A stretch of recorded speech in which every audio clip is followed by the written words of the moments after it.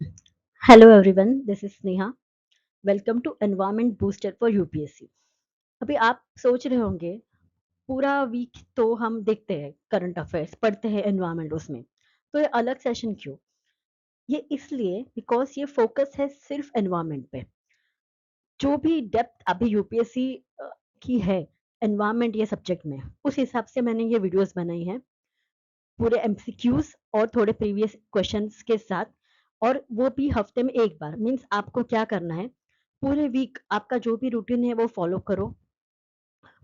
Study the current affairs you are studying through video, magazine, anything, and then every Sunday watch this series and also solve the MCQs very thoroughly. ये जो MCQs है ना, इसकी अलग PDF with answers मैं Telegram channel पे डाल दूंगी, so that you are habitual of solving it. So do watch the video, and if you want any more changes, let me know in the comment section. Thank you. The first topic for today, and extremely important for prelims 2027. Okay, Pavonoclavus. Uh, अभी देखो, we will be studying here in detail as well as a static part. So to start with, Pavonoclavus, क्या है ये? Okay. So this is a giant colony, giant coral colony. ये अभी discover हुई है कहाँ पे? Kadmad Island in Lakshadweep. Okay, and spread across 4,250 square kilometer. Okay, locally इसको बोलते हैं potato patch. Okay. So locals call here it as potato patch. और ये है क्या? This is the largest known living coral colonies around the world. Area हम लोग ने ऑलरेडी डिस्कस किया 4,250 square kilometre and belongs to the species pavona clavus, इसके ऊपर से इसका नाम है। ये एस्टिमेटेड है अराउंड 700 टू 1800 ईयर्स ओल्ड। अभी इसकी साइंटिफिक डेटिंग बाकी है फॉर इट्स एक्यूरेट एज। अभी according to the survey 58.47% of the coral tissue was alive, मतलब this is in good condition, alive condition, जिंदा है अभी भी, ये हेल्दी है डिस्पाइट इतनी ब्लीचिंग हो रही है, इतनी हीट वेव्स है, तभी भी this is alive and healthy. तो देखो अभी कुछ और फैक्ट्स देखेंगे हम लोग from prelims point of views. आपको ये फैक्ट्स एज इट इज ध्यान रखने फॉर योर एग्जाम। ठीक, सीधा लक्षद्वीप जो है ना, it is India only atoll island chain. अभी एटॉल हम लोग डिस्कस करेंगे इन डिटेल बाद में, स्टैटिक पार्ट। सो इंडिया के ओनली एटॉल आइलैंड चेन है लक्षद्वीप। ये आपको पूछ सकते हैं as it is for prelims. Then देखो अभी ये जो डिस्कवर हुआ है लक्षद्वीप में, उसका एरिया हम लोग ने क्या पढ़ा था, around 4,000 something. Okay. Other than that, globally, these are the largest coral colonies: Great Barrier Reef, Red Sea Coral, Gulf of Eden में this region, and Solomon Islands. Now ये area आप मत ध्यान रखो, just this remember this 1 2 3 5. Okay, first Great Barrier Reef, Red Sea, and Solomon Islands. And now जो अभी discover हुआ, it is in Lakshadweep. Okay, let's come to the static part now. Corals, we are studying the static part. Okay, अभी देखो corals belong to the phylum Cnidaria and class Anthozoa. Yes, ये आपको याद रखना है for, ये पूछ सकते हैं आप तो biological point of view से. Okay, so this you have to remember. Marine invertebrates है, इनके दो forms होते हैं, polyps and medusa. See, I can do one thing. अभी देखो static part मैं आपको समझा सकती हूँ, but ये video long हो जाएगा. So I have a very nice articulated handwritten note about this corals static part, वो मैं डाल दूंगी on the Telegram channel. Okay, so basic हम लोग यहाँ पे डिस्कस कर लेते हैं बायोलॉजी पॉइंट ऑफ व्यू। ये नोट जो है I will put it on the Telegram channel. Okay, so देखो most reef building corals secrete calcium carbonate forming hard skeletons create corals. एक बात आप याद रखना, not all corals form coral reefs. Okay, ये आपको पूछेंगे anywhere around the exam. So her coral secrete नहीं करता कैल्शियम कार्बोनेट, और हर कोरल से कोरल रीफ नहीं बनता। सो सम कोरल सिक्रेट कैल्शियम कार्बोनेट और उनसे बनती है कोरल रीफ्स। ये उनका स्केलेटन होता है, जो उनके मर जाने के बाद it gets converted into coral reefs. The importance of corals यहाँ पे हाईलाइट होते हैं यूपीएससी एग्जाम्स की। सो कोरल्स को सपोर्ट करते हैं मरीन बायोडाइवर्सिटी। आपने अगर मूवी देखा होगा finding Nemo, okay, finding Nemo करके एक मूवी है, where they have Disney movie, where they beautifully shown कि कैसे एक कोरल सस्टेन करता है other biodiversity, protect coast line from erosion and storms, livelihoods को प्रमोट करता है, इंडिकेटर्स होते हैं ऑफ ओशन हेल्थ। और ये देखो, ये एक फैक्ट ध्यान रखना, corals occupy less than 1% of the ocean floor, but they support 25% of marine species. Next part, types of coral reefs. अभी देखो हमने पढ़ा था लार्जेस्ट एटॉल, सो ये यहाँ पे आता है। सो फर्स्ट देखो, 3 टाइप्स ऑफ कोरल होते हैं, fringing reef, barrier reef and atoll. Okay, so fringing reef देखो, see this, fringing reefs are attached to the shore or extend from it. देखो, this is the shore where you can see, यहाँ पे है coral reef और यहाँ पे sea. So जो fringing reefs होते हैं ना, वो shore के यानी coastal region के पास में होते हैं, they are near or they are attached to the shore. Okay, कैसे याद रखो, देखो फ्रिंजिंग से ना फ्रिज याद रखना, okay? फ्रिज आसपास में होता है, okay? या फिर जमीन पे होता है, ऐसे कुछ याद रखो, फ्रिंजिंग से फ्रिज याद रखो। नेक्स्ट बैरियर, बैरियर देखो, द वर्ड बैरियर मतलब क्या होता है, ऑब्स्टेकल, कुछ तो बीच में ऑब्स्टेकल है, okay? सो यहाँ पे एक ऑब्स्टेकल आता है, देखो this is the shore, this is the coral reef, यहाँ के बीच में ऑब्स्टेकल है, for example this is lagoon और कोई भी हो सकता है obstacle. So barrier reefs are separated from the shore by a deep lagoon. Okay, so this is a barrier reef. Then atoll, atoll reefs, see ये देखो coral island है यहाँ पे, and this is the coral reef, and in between is a lagoon. So atolls are ring shaped reefs. atoll के shape कैसे होते हैं, A is round, okay, this is somewhat ऐसे A जैसे and round, surround, that surround the lagoon. So this completely surrounds the lagoon. So whatever we have seen in Lakshadweep, वो क्या था, atoll, okay, atoll type of fringing reefs. Next part, threats to corals, again important part जहाँ पे frequent questions आते हैं UPSC में. So threats to corals, first climate change. देखो जैसे सी टेम्परेचर राइज होता है ना, उससे होते है कोरल ब्लीचिंग। अभी कोरल ब्लीचिंग क्या होती है, कोरल्स अटैच्ड होते हैं विथ सिम्बायोटिक अलगे, इनका ये होता है सिम्बायोटिक रिलेशन। सो जैसे ही टेम्परेचर राइज होता है, ये अलगे मर जाते हैं। So after the algae die, corals कैसे अपीयर होते हैं, व्हाइटिश और pale colour, this is called bleaching. और अगर ब्लीचिंग लॉन्ग टाइम तक रही तो it ultimately leads to coral death. Second, ocean acidification. Acidification क्या होता है, देखो जब CO2 का एब्जॉर्प्शन बढ़ता है इन द ओशन, तब pH लोअर होता है, और as you have studied science आपको पता होगा pH लो यानी it leads to more acid conditions. So इससे क्या होता है, देखो कोरल की कैल्शियम कार्बोनेट बिल्डिंग कैपेसिटी कमी होता है, मतलब स्केलेटन बिल्डिंग जो होता है उनका वो कम होता है। थर्ड, पोल्यूशन, पोल्यूशन में everything, agriculture run of, sewage, plastics, ये सब आता है। ये एक्सेस न्यूट्रिएंट्स जो घर से इंडस्ट्री से जाते हैं, चले जाते हैं in the ocean, that leads to algae and blooms. Now इसके लिए मुझे टर्म बताओ in the comment section, what is this section called, okay. Then over fishing and destructive fishing, जो फिशिंग प्रैक्टिसेस है, अभी देखो फिशिंग मतलब जो नेट्स होते हैं, कुछ ब्लास्ट करते हैं हम लोग, साइनाइड फिशिंग, फिजिकल ये डैमेज करते हैं corals को, okay, so the purpose of all this is for fishing, but ये सिर्फ फिश को नहीं अफेक्ट करते ना, साइड बाय साइड आपको पता होगा कभी कभी टर्टल्स फंस जाते हैं, the same way corals also get affected due to this destructive fishing techniques. Then coastal development, तो कोस्टल पे लैंड रिक्लेमेशन, कंस्ट्रक्शन साइट्स होते हैं, तो क्या होते हैं, देखो ये सेडिमेंट्स है ना, ये सेडिमेंट्स चले जाते हैं फिर ओशन में, and they block the sunlight, sunlight block हुई तो कोरल्स ग्रो नहीं कर पाते। देन अनसस्टेनेबल टूरिज्म, अभी आपको पता होगा, आपने देखा होगा कई वीडियोस में, सिर्फ कोरल्स को देखने के लिए टूरिस्ट रहते हैं, so they go deep dive corals को देखने के लिए। So if this is not sustainable तो डैमेज होते हैं corals. Then coral diseases, yes coral diseases भी होते हैं due to rising temperature and pollution. Then invasive species, yes जैसे प्लांट्स इफेक्ट होते हैं due to invasive species, corals भी इफेक्ट होते हैं। क्राउन ऑफ थॉर्न स्टारफिश, ये एक इन्वेसिव स्पीशीज है जो कोरल्स को खाता है and it devastates the reefs. Now moving to the application part that is MCQs. अभी तक हमने जो भी पढ़ा इसका ये एप्लीकेशन है.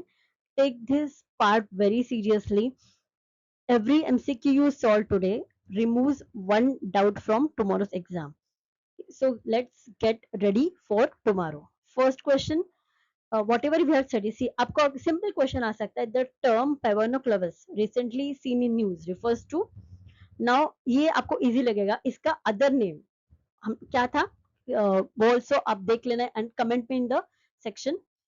ऐसे question आ सकते हैं simple कि ये term जो news में था what is this? Okay. So pause the video and answer. Second, symbiotic algae living within the coral tissues are known as. ये भी हमने पढ़ा था in the video. Pause the video and answer.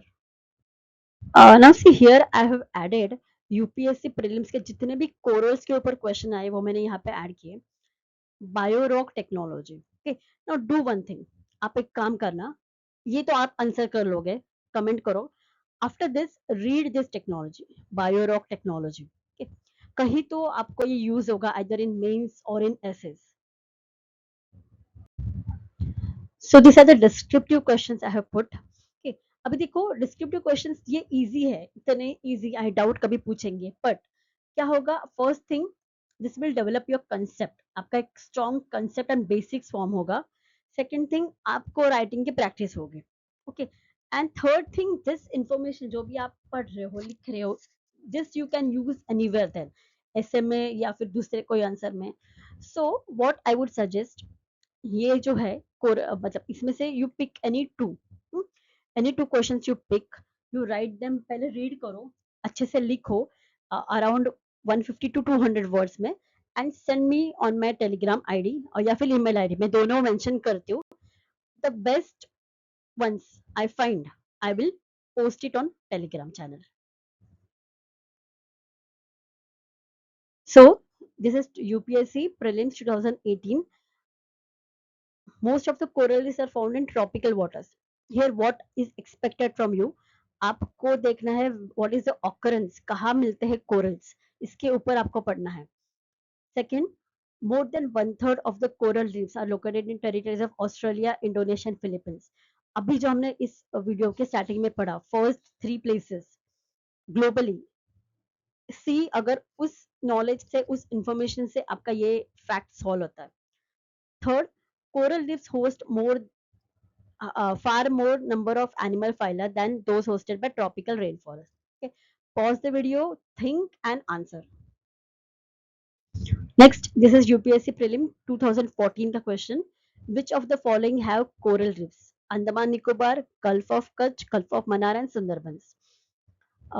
If you have studied Indian geography or वैसे भी this can be solved logically. Okay, let me know in the comment section.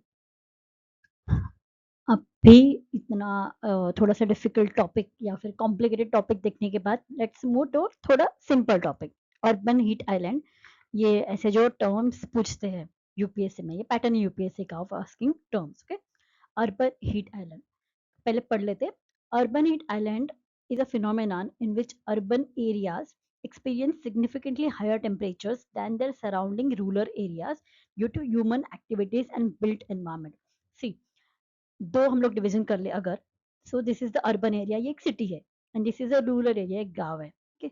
सो यहाँ पे considerably high temperature होगा, से 38, 39, और comparatively यहाँ पे कम temperature होगा 34, 32. ओके.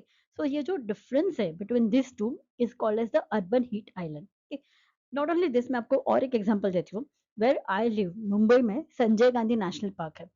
सो Sanjay Gandhi national park situated है बोरीवली में, mid of the city.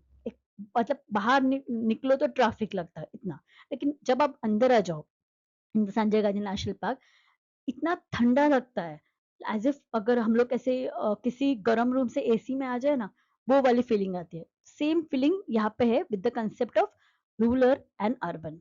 Okay. So ये आपको कंसेप्ट पूछ सकते हैं कभी as definition type. So this is the application. हम लोग ने अभी जो भी डेफिनेशन पढ़ा उसका ये एप्लीकेशन है, और आपको क्वेश्चन एरिया यहाँ से होगा कि सर यहाँ के हर एक पॉइंट इंपॉर्टेंट है, मैंने ये तीनों भी मर्ज किए in a single image. Causes of urban heat island, क्यों होता है urban heat island effect? Roads, buildings, pavements या फिर जो रास्ते हैं, फुटपाथ्स है, वो बने रहते हैं कंक्रीट, सीमेंट एंड असल्फाइड सर्फेसेस से। वेजिटेशन लॉस होता है, ट्रीज नहीं रहते सिटीज में, ट्रीज होंगे तो कूलिंग होगी, तो लॉस ऑफ वेजिटेशन।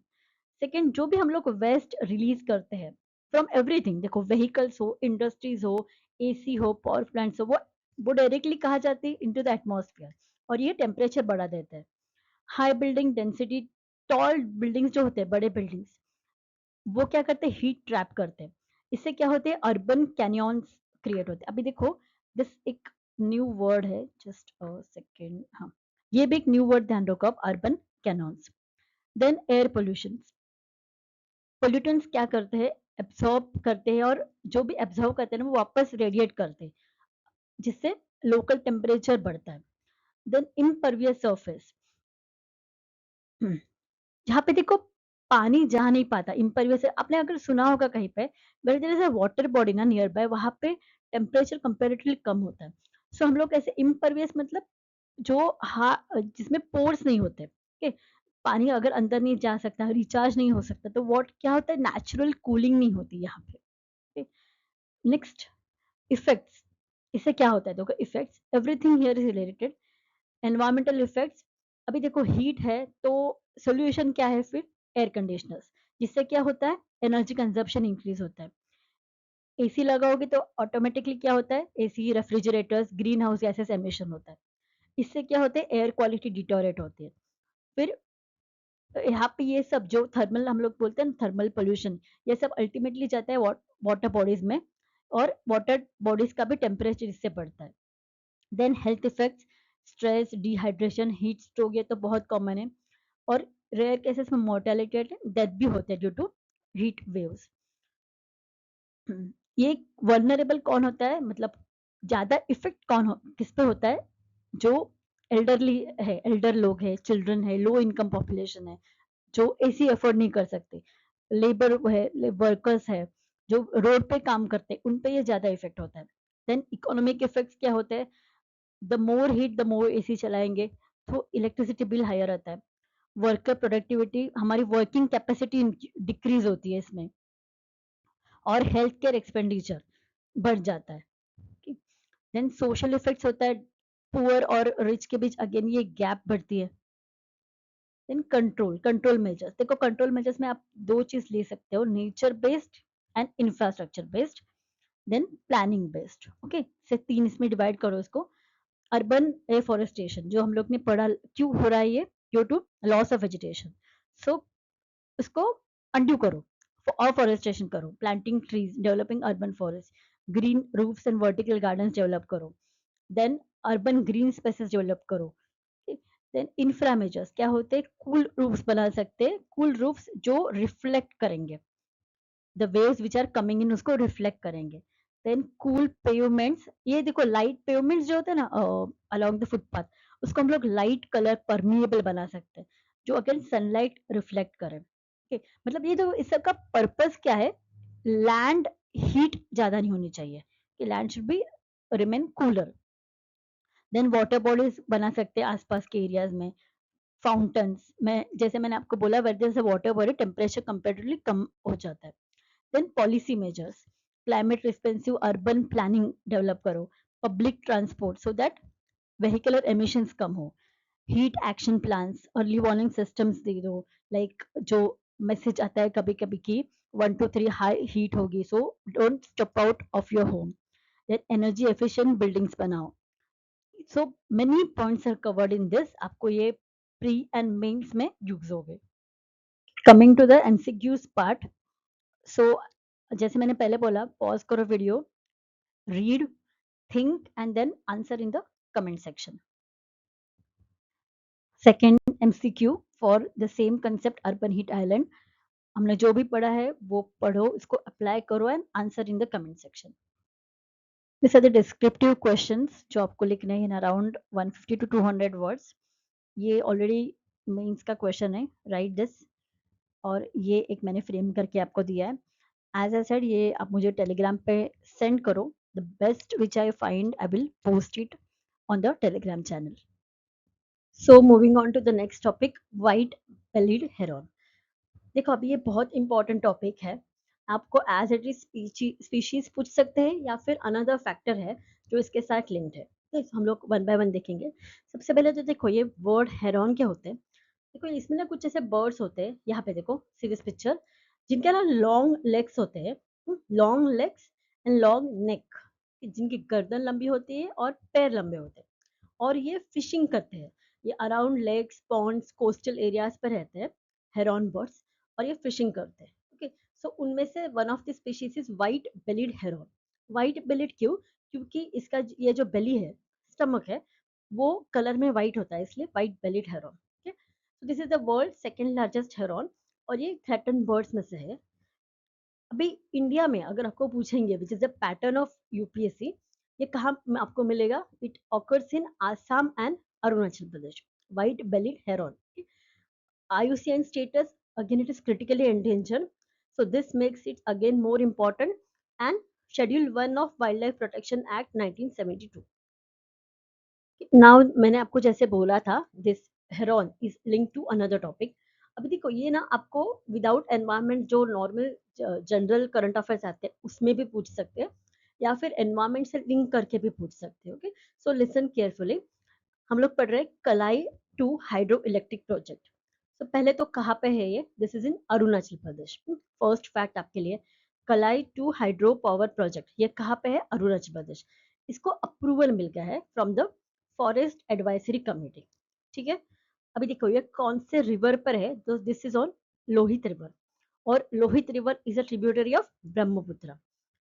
और अभी टू बी मोर स्पेसिफिक, जैसे अभी यूपीएससी हो रही है, Anjaw district near Indo China border, ये आपकी स्पेसिफिक लोकेशन हो गई about this dam. Okay, again देखो, आपको और अगर डिटेल में जाओगे या फिर एग्जाम पूछेगी, तो दिस कहाँ पे आता है? ये ईस्टर्न हिमालय, और ईस्टर्न हिमालय बायोडाइवर्सिटी हॉटस्पॉट है, which is characterized by tropical wet evergreen and dense mixed forest. Okay? So to be more specific, ये कलाई टू हाइड्रो पावर प्रोजेक्ट कहाँ पे होगा? Arunachal Pradesh, Anjaw district, Indo China border, और ईस्टर्न हिमालय बायोडाइवर्सिटी हॉटस्पॉट में. और यहाँ की कैरेक्टरिस्टिक मतलब where this dam is build कैसी है? This is tropical wet evergreen and dense mixed forest. अभी हम देखेंगे कलाई हाइड्रो पावर प्रोजेक्ट का एनवायरमेंटल एस्पेक्ट. अभी देखो इस डैम के लिए ना अराउंड 33,000 ट्रीज गिरा दिए जाएंगे. ओके, और इसका जो अफॉरेस्टेशन कॉम्पेंसेशन होगा, और कॉम्पेंसेटरी अफॉरेस्टेशन मतलब क्या होता है? देखो, अगर यहाँ के पेड़ हम लोग काट दिए तो हम लोग कहीं और जगह पे लगाएंगे. सो ये जो होगा कॉम्पेंसेटरी अफॉरेस्टेशन, ये कहाँ पे कर रहे हैं? एमपी में प्रपोज. अभी देखो फर्स्ट पॉइंट देखो, अगर आपको एनालिसिस पूछे तो क्या होता है? देखो हम लोग ने देखा था Arunachal Pradesh lies in the eastern Himalayas, और मध्य प्रदेश, दोनों के ज्योग्राफी क्लाइमेट कंडीशन सब डिफरेंट है. So this is of no use. Okay, second thing देखो, ये कहाँ पे है? हम लोग अरुणाचल प्रदेश, ये नामदफा टाइगर रिजर्व और कामलांग वाइल्ड लाइफ सेंचुरी दोनों भी अरुणाचल प्रदेश में है. ये भी फैक्ट्स आप ध्यान में रखो अगर आपको सिर्फ इसके बारे में पूछेंगे, where it is around which sanctuaries. So this is near by Namdapha tiger reserve and Kamlang wildlife sanctuary. So इस ये दोनों सेंचुरीज पे भी या प्रोटेक्टेड एरियाज पे भी इसका इफेक्ट होगा. Now we will see species affected due to this dam. White bellied heron जो हम लोग ने इस टॉपिक में देखा है, टकिन, ये है टकिन लार्ज माउंटेन अंगुलेट, ये भी एंडेमिक है टू द ईस्टर्न हिमालय. सो अलग फैक्ट ये ध्यान रखना, टकिन कहाँ का एंडेमिक है? Eastern Himalayan region. Then large Indian civet, this is large Indian civet. Assamese macaque, this is Assamese macaque and jungle cat. ये सब स्पीशीज इफेक्ट होने वाले हैं. Okay, so now we will see how this Kalai hydropower project affects the white bellied heron. देखो हम लोग ये क्यों इतना डिटेल में पढ़ रहे हैं? क्योंकि देखो फर्स्ट पॉइंट है ना, ये जो आर्टिकल है, ये जो स्पीशीज है, ऑलमोस्ट एवरी न्यूज़पेपर ने कवर किया है अबाउट 3 to 4 टाइम्स. फिर उसके बाद यूपीएससी हमेशा स्पीशीज फोकस करती है। ओके, देखो इसकी सिर्फ हम लोग स्पेसिफिकली दे रहे हैं how will white belly heron affect होगा। देखो ये जो बर्ड है ना, यहाँ पे आपको दिख रहा है इस पिक्चर में, इसको ना ऐसे स्वच्छ बहता हुआ पानी चाहिए होता है उसको फिश पकड़ने के लिए। ये यहाँ पे ना आके वेट करता है, फिश ऐसे पानी के साथ आती है और ये एक जगह पे बहुत टाइम तक वेट करता है उसके फिश पकड़ने के लिए। सो डैम होने के बाद ना फर्स्ट तो इसका पूरा डिस्टर्बेंस हो जाएगा of its habitat, of its eating methods. So this is the major effect on this, और इसके कोई कंसिडर नहीं कर रहा है। okay?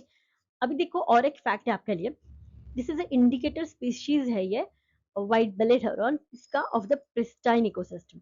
सो आपके लिए ये एक न्यू वर्ड अगर होगा तो pristine ecosystem is an ecosystem which is untouched or unspoiled by humans. This is the MCQ question for you. Solve करके message me in the comment section. And these are the descriptive questions for you. इसमें से कोई भी 2 या 3 आप select करो, write down properly और मुझे ये scan करके send करना on the Telegram channel. अभी अगला टॉपिक है बबेशिया इन्फेक्शन इन गिरलैंड्स। देखो ये बबेशिया है ना, एक पैरासाइट है और जो डिसीज इसके वजह से होता है उसको बोलते हैं बबेशियोसिस। ठीक है, हम लोग अभी एक बाय वन पढ़ेंगे। सो देखो अभी रिसेंटली ना कुछ लायंस की डेथ हुई, कहाँ पे, गिर नेशनल पार्क गुजरात में। सो बबेशियोसिस क्या है, एक टिक बॉर्न डिसीज है, किसी की वजह से होता है by protozoan parasites belonging to genus Babesia. अभी देखो इसको समझ लो, आपको मलेरिया पता है, सो मलेरिया भी एक प्रोटोजोन पैरासाइट से होता है, लेकिन उसको ट्रांसफर करने वाला वेक्टर जो होता है वो कौन होता है, यहाँ पे मस्कीटो होता है। सेम ये भी पैरासाइट, प्रोटोजोन पैरासाइट है, लेकिन इसको ट्रांसफर करने वाला वेक्टर है ना वो टिक है, मस्कीटो नहीं है। ओके, सो अभी देखो ये क्या करता है, पैरासाइट डिस्ट्रॉय करता है हमारे बॉडी में जाके आरबीसीज को, उससे अनेमिया होता है और बाद में वीकन इम्यूनिटी होती है। ठीक है, फिर उसके बाद फीवर कफिंग ये सब होता है, सीवियर केसेस में भूख मर जाती है, लॉस ऑफ एपेटाइट एंड फिर अल्टीमेटली डेथ होती है। ट्रांसमिशन इसको मैंने जैसे बोला टिक की वजह से होता है, सो ट्रांसफर करने वाले टिक्स आइसोडेक्स टिक्स है।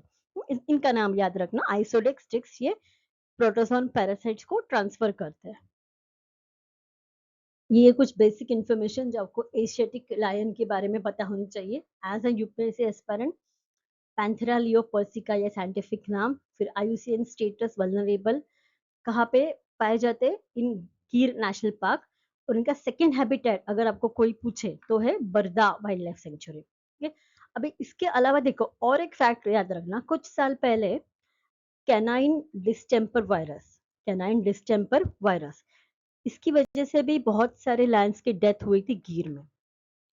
प्रोजेक्ट लायन लॉन्च हुआ इन 2020। ये बस बेसिक्स कुछ फैक्ट्स आप याद रखना। इसके बाद देखो बबेशियोसिस है ना, ह्यूमंस में भी होता है। अभी देखो एक ध्यान में रखो आप, बबेशियोसिस सिर्फ लायंस में नहीं होता, पेट एनिमल्स में होता है और ह्यूमंस में भी होता है, मतलब ऑलमोस्ट बहुत सारे एनिमल्स में होता है और ह्यूमंस में होता है। अगर आपके घर में पेट है, स्पेशली डॉग है, तो आपको ये पता होगा, ब्लड चेक करने के बाद ये डिटेक्ट होता है बबेशियोसिस।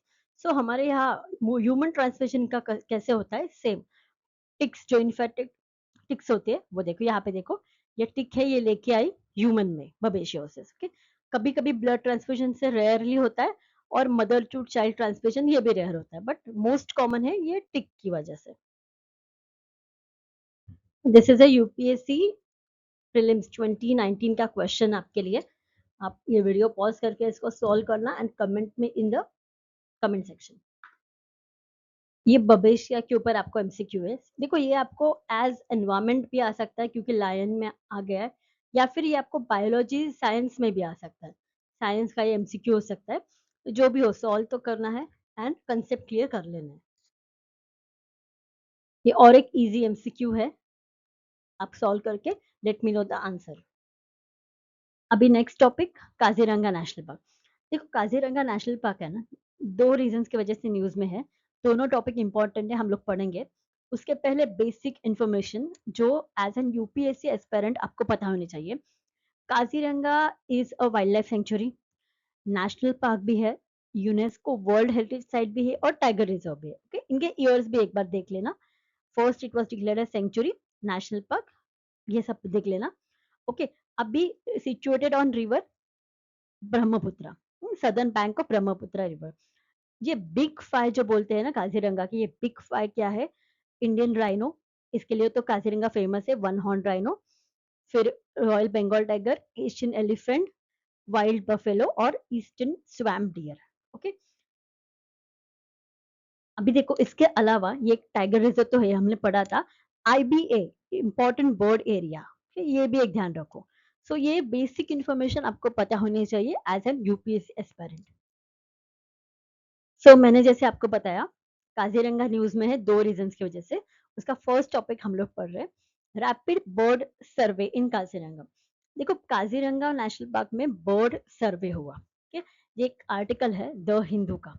ओके, अभी देखो ये आर्टिकल मैंने आपको दिया है, आप एज इट इज इसको पढ़ लो, इसमें बहुत सारे फैक्ट्स है जो आपको मतलब एक ऊपर ऊपर से तो पता होने चाहिए, कि हम लोग इसको थोड़ा एप्लीकेशन वाइज पढ़ेंगे कि आपको इसमें से क्या लेना है, what you have to extract out of it.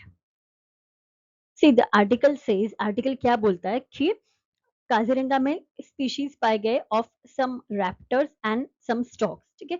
सो ये कुछ बर्ड्स है जिनके नाम उस आर्टिकल में रिपीटेड है। ओके, तो देखो साइंटिफिक नाम आपको याद रखने की जरूरत नहीं, जस्ट एक जनरल नेम और उनका आईयूसीएन स्टेटस, ठीक है। एशियन ओपन बिल, देखो ये थोड़ा सा इसको आप समझ लो ये है क्या। This is a water bird और ये लीस्ट कंसर्न है। देन ग्रेटर एडजस्टेंट स्टॉक ये है, ओके, ये आप थोड़ा सा रेयर स्टॉक होता है, दिस इज एन एंडेंजर। फिर Himalayan griffon vulture, and then Pallas fish eagle. So this were found, ये मिले हैं काजीरंगा के बर्ड सर्वे में। अभी इनके सिर्फ नाम आप याद रखना, पहले तो आपको पता होना चाहिए ये वाटर बर्ड्स है या फिर रैप्टर्स है, हम लोग पढ़ेंगे इसके बारे में। सो जनरली आपको पहले तो बर्ड है ये एज एन यूपीएससी एस्पिरेंट पता होना चाहिए, फिर उसके बाद वाटर बर्ड है या रैप्टर्स है यानी ईगल जैसे बर्ड है, ये पता होना चाहिए। फिर अगर एंडेंजर्ड है तो ये देखो ग्रेटर एडजेसेंट स्टॉक, जैसे कि ये एंडेंजर्ड है। Okay, then Pallas fish eagle, this is an endangered bird. तो इतना आपको पता होना चाहिए as an aspirant. Then again the article, देखो आर्टिकल में ना दो इस पे फोकस किया है, first is the raptor birds and second is the stork birds. Okay, हम लोग एक एक पढ़ेंगे। रैप्टर बर्ड्स होते हैं birds of prey, environment wise prey क्या होते हैं, प्रे एंड प्रेडेटर वाला प्रे, जिसके ऊपर हम एक ऑर्गेनिज्म फीड करते हैं। सो रैप्टर बर्ड्स जो होते हैं जो दूसरे एनिमल्स को, स्मॉलर एनिमल्स को हंट करते हैं और उनको खाते हैं मार के। इसके लिए उनके अडेप्टेशंस होते हैं, लाइक उनके बीक्स जो होते हैं, ये वाले बीक हुक होते हैं कि एक्सीलेंट, उनकी आई साइट बहुत तेज होती है, पावरफुल फ्लाइट होती है, ये उनके सब अडेप्टेशन है फॉर कैचिंग दैट प्रे। अभी देखो इसमें से ये दो नाम, हिमालयन ग्रिफिन वल्चर और पलस फिश ईगल, ये क्या है, रैप्टर बर्ड्स है, मतलब they prey on other smaller animals. And then stork birds, stork birds होते हैं वीडिंग बर्ड्स। अभी देखो आपको ना एनवायरमेंट वाइज ये टर्म याद रखो, आपको ये इकोलॉजिकल वाइज इसका सिर्फ डेफिनेशन कभी पूछ सकते हैं।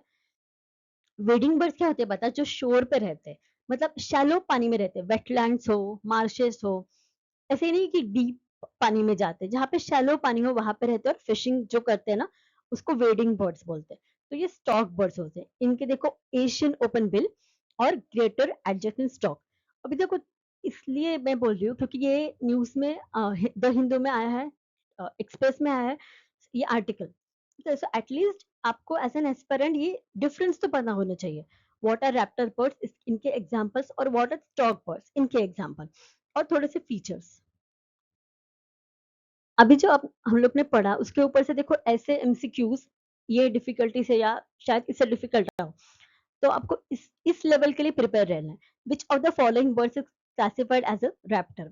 अभी go back to the topic, वापस यहाँ आओ, आराम से ये सॉल्व करो, pause the video and comment in the answer section. Same यहाँ पे अप्लाई होता है, बिकॉज मैंने जैसे कहा आर्टिकल ये इंपॉर्टेंट था, सो आपको डिफरेंशिएशन पता होनी चाहिए। आपको अगर नहीं सॉल्व करना है go back to the topic, पढ़ो और देन सॉल्व करो। Then 3 and 4 MCQs for you. Okay, and do solve them.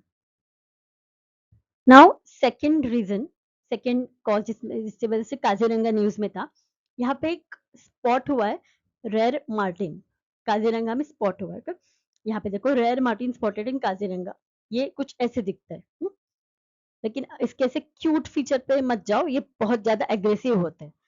So rare marten spotted in Kaziranga. अभी देखो यूपीएससी का ये पैटर्न है to ask about some rare species जो ज्यादा सुने नहीं होते, जैसे इस बार क्वेश्चन आता अबाउट हॉलॉक गीबन।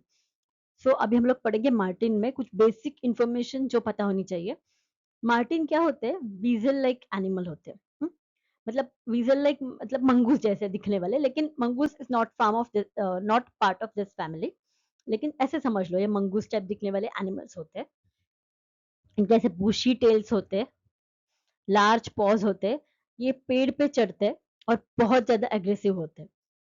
अभी देखो इनका फायदा भी है, क्या करते हैं? सीड डिस्पर्सल में और फॉरेस्ट रीजनरेशन में हेल्प करते हैं। ये एक मीजो प्रेडेटर है और कहाँ पे पाए जाते हैं?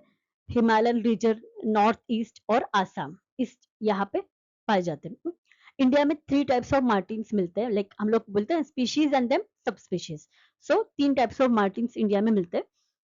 फिर आईयूसीएन स्टेटस इनका लीस्ट कंसर्न। देखो ये याद रखो, एग्जाम आपको कंफ्यूज करेगी कि एंडेंजर्ड है, क्रिटिकली एंडेंजर्ड है, but no they are least concern. यहाँ पे भी कंफ्यूजन हो सकता है, they are protected under schedule 2 of wildlife protection act 1972। थोड़ी और इन्फॉर्मेशन अभी येलो थ्रोटेड मार्टिन के बारे में। साइंटिफिक नेम याद रखने की जरूरत नहीं है। Distribution almost all over the India, south, south east, east Asia, यहाँ पे पाए जाते हैं। हिमालयस में, नॉर्थ ईस्टर्न इंडिया में, सेंट्रल इंडिया, वेस्टर्न घाट्स। अभी ये जो है येलो थ्रोटेड मार्टिन, ये मैंने बोला ना आपको 3 सब स्पीशीज है, उसमें से this is the largest marten in Asia. Bright yellow orange throat and chest होती है इसकी। हैबिटेट ये प्रिफर करते evergreen deciduous and mountain forest. Highly arboreal, मतलब मोस्ट ऑफ द टाइम पेड़ पर रहते हैं, बट ग्राउंड पे भी बहुत एक्टिव होते हैं। डाइट में ये लोग ओमनिवोर है, मतलब प्लांट्स और एनिमल्स दोनों पे फीड करते हैं। स्मॉल मैमल्स, बर्ड्स, रेप्टाइल्स और इसके अलावा फ्रूट्स और हनी, ये भी खाते हैं।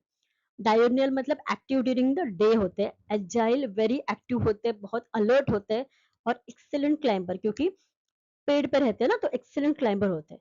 यूजुअली सिंगल, अकेले रहते हैं, पर कभी कभी पेयर में दिखते हैं।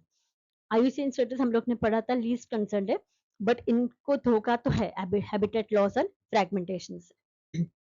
This are the questions framed for you. ये यूपीएससी के डिफिकल्टी लेवल के मैंने ट्राई किए क्वेश्चंस। सो जस्ट आप वीडियो पॉज करके इनको सॉल्व करना। सेम डिफिकल्टी लेवल का another question, do solve and let me know in the comment section. Thank you so much for watching. Keep studying, keep growing, and I will see you next week.